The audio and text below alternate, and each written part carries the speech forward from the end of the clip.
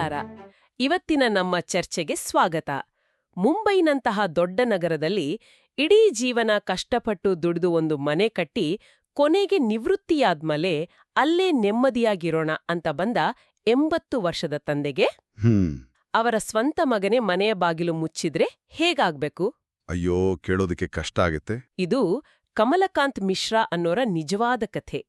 ದುರಂತ ಅಂದ್ರೆ ಅವರ ಮಗ ಆರ್ಥಿಕವಾಗಿ ಸದೃಢನಾಗಿದ್ದ, ಆದ್ರೂ ತಂದೆಯನ್ನ ಮನೆಗೆ ಸೇರಿಸ್ಕೊಳ್ಳಿಲ್ಲ. ಹೌದು, ಇದು ನೋಡೋಕೆ ಒಂದು ಕುಟುಂಬದ ಜಗಳದ ಹಾಗೆ ಕಾಣಬಹುದು. ಆದರೆ ಇದರ ಹಿಂದೆ ಒಂದು ದೊಡ್ಡ ಕಾನೂನಿನ ಸಂಘರ್ಷ ಇದೆ. ಹಿರಿಯ ಪೋಷಕರ ಹಕ್ಕುಗಳು, ಮಕ್ಕಳ ಜವಾಬ್ದಾರಿ, ಇವೆಲ್ಲದರ ಬಗ್ಗೆ ಪ್ರಶ್ನೆ ಏಳುತ್ತೆ. ಕರೆಕ್ಟ್. ಹಾಗಾದ್ರೆ ಶ್ರೀ ಮಿಶ್ರಾ ಅವರು ಈ ಅನ್ಯಾಯದ ವಿರುದ್ಧ ಹೇಗೆ ಹೋರಾಡಿದ್ರು? ಅವರು ಬಳಸಿದ್ದು ಒಂದು ಬಹಳ ಮುಖ್ಯವಾದ ಅಸ್ತ್ರ. ಅದೇ ಹಿರಿಯ ನಾಗರಿಕರ ನಿರ್ವಹಣೆ ಮತ್ತು ಕಲ್ಯಾಣ ಕಾಯ್ದೆ 2007. ಓಹ್, ಈ ಕಾಯ್ದೆ ಬಗ್ಗೆ ಕೇಳಿದ್ದೀನಿ. ತುಂಬಾ ಶಕ್ತಿಯುತವಾದದ್ದಲ್ವಾ? ಹಾಗಾದ್ರೆ ಈ ಕೇಸ್ನಲ್ಲಿ ಮುಂದೇನಾಯ್ತು?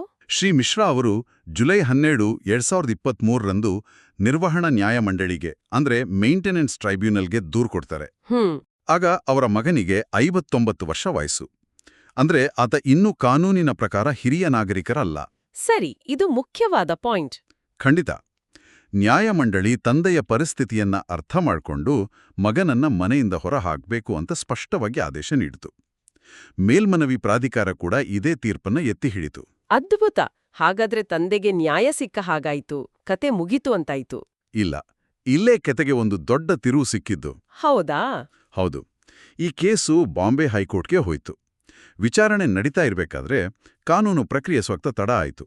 ಅಷ್ಟರಲ್ಲಿ ಮಗನಿಗೆ 60 ವರ್ಷ ತುಂಬಿಡ್ತು. ಒಂದು ನಿಮಿಷ, ಅಂದ್ರೆ ಅವನೂ ಕೂಡ ಹಿರಿಯ ನಾಗರಿಕ ಆದ ಅಂತನಾ? ಎಕ್ಸಾಕ್ಟ್ಲಿ. ಇದೇ ಕಾರಣವನ್ನಿಟ್ಕೊಂಡು ಹೈಕೋರ್ಟ್ ಒಂದು ವಿಚಿತ್ರವಾದ ತೀರ್ಪು ಕೊಡ್ತು. ಏನ್ ಹೇಳಿದ್ರು? ಅವರ ವಾದ ಕೇಳಿದ್ರೆ ನಿಂಗೂ ಆಶ್ಚರ್ಯ ಆಗುತ್ತೆ. ಹೈಕೋರ್ಟ್ ಹೇಳಿದ್ದು, ಈಗ ಮಗನ್ಗೂ 60 ವರ್ಷ ಆಗಿದೆ, ಆತ ಕೂಡ ಹಿರಿಯ ನಾಗರಿಕ.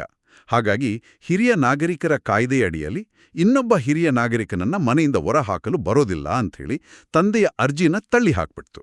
ಏನು ಅಂದ್ರೆ ಕೋರ್ಟ್ ಕೇಸ್ ತಡವಾಯ್ತು ಅನ್ನೋ ಒಂದೇ ಕಾರಣಕ್ಕೆ ಒಬ್ಬ ಮಗ ತನ್ನ ಜವಾಬ್ದಾರಿಯಿಂದ ನುಣುಚ್ಕೊಳ್ಬಹುದಾ? ಇದು ಯಾವ ನ್ಯಾಯ? ಇದೇ ಪ್ರಶ್ನೆಯನ್ನೇ ಸುಪ್ರೀಂ ಕೋರ್ಟ್ ಕೇಳಿದ್ದು. ಹೈಕೋರ್ಟ್ನ ತೀರ್ಪು ಸಂಪೂರ್ಣವಾಗಿ ತಪ್ಪು ಅಂತ ಸ್ಪಷ್ಟವಾಗಿ ಹೇಳಿತು. ಇಲ್ಲಿ ಸಂಬಂಧಪಟ್ಟ ದಿನಾಂಕ ಅಂದ್ರೆ ರೆಲೆವೆಂಟ್ ಡೇಟ್ ಅನ್ನೋ ಒಂದು ಬಹಳ ಮುಖ್ಯವಾದ ತತ್ವವನ್ನ ವಿವರಿಸಿತು. ಸಂಬಂಧಪಟ್ಟ ದಿನಾಂಕ ಅಂದ್ರೆ ಏನು? ಸ್ವಲ್ಪ ಸರಳವಾಗಿ ವಿವರಿಸಬಹುದಾ? ಖಂಡಿತ. ಈಗ ನೋಡಿ, ನಾವು ಮಗುವಿಗೆ ಸಿನಿಮಾ ಟಿಕೆಟ್ ತಗೊಳ್ಳುವಾಗ ಅವನಿಗೆ 12 ವರ್ಷ ಆಗಿದ್ರ ಮಕ್ಕಳ ಟಿಕೆಟ್ ದರ ಕೊಡ್ತೀವಿ ಅಲ್ವಾ? ಹೌದು. ಒಂದು ವೇಳೆ ಸಿನಿಮಾ ನೋಡೋ ದಿನದೊಳಗೆ ಅವನಿಗೆ 12ನೇ ಹುಟ್ಟಬ್ಬ ಬಂದ್ರು ನಾವು ಹೆಚ್ಚಿಗೆ ಹಣ ಕಟ್ಟಬೇಕಿಲ್ಲ, ಯಾಕಂದ್ರೆ ಟಿಕೆಟ್ ತಗೊಂಡ ದಿನಾಂಕ ಮುಖ್ಯ. ಓ, ಸರಿ ಸರಿ, ಅರ್ಥ ಆಯ್ತು. ಇಲ್ಲೂ ಅಷ್ಟೇ. ತಂದೆ ದೂರು ಕೊಟ್ಟ ದಿನ ಮಗ ಹಿರಿಯ ನಾಗರಿಕನಾಗಿರಲಿಲ್ಲ, ಆ ದಿನಾಂಕಕ್ಕೆ ಅವನ ಸ್ಥಿತಿ ಲಾಕ್ ಆಗಿತ್ತು. ನ್ಯಾಯಾಲಯದ ವಿಳಂಬವನ್ನ ಬಳಸ್ಕೊಂಡು ಜವಾಬ್ದಾರಿಯಿಂದ ತಪ್ಪಿಸ್ಕೊಳ್ಳಕ್ಕೆ ಸಾಧ್ಯ ಇಲ್ಲ ಅಂತ ಸುಪ್ರೀಂ ಕೋರ್ಟ್ ಖಡಾಖಂಡಿತವಾಗಿ ಹೇಳಿತು.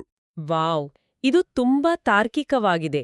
ಆದ್ರೆ ಇನ್ನೊಂದು ಪ್ರಶ್ನೆ, ಈ ಕಾಯ್ದೆಯ ಅಡಿಯಲ್ಲಿ ಮಗನನ್ನ ಮನೆಯಿಂದ ಹೊರಹಾಕೋ ಅಧಿಕಾರ ನ್ಯಾಯಮಂಡಳಿಗೆ ನಿಜವಾಗಿಯೂ ಇದೆಯಾ?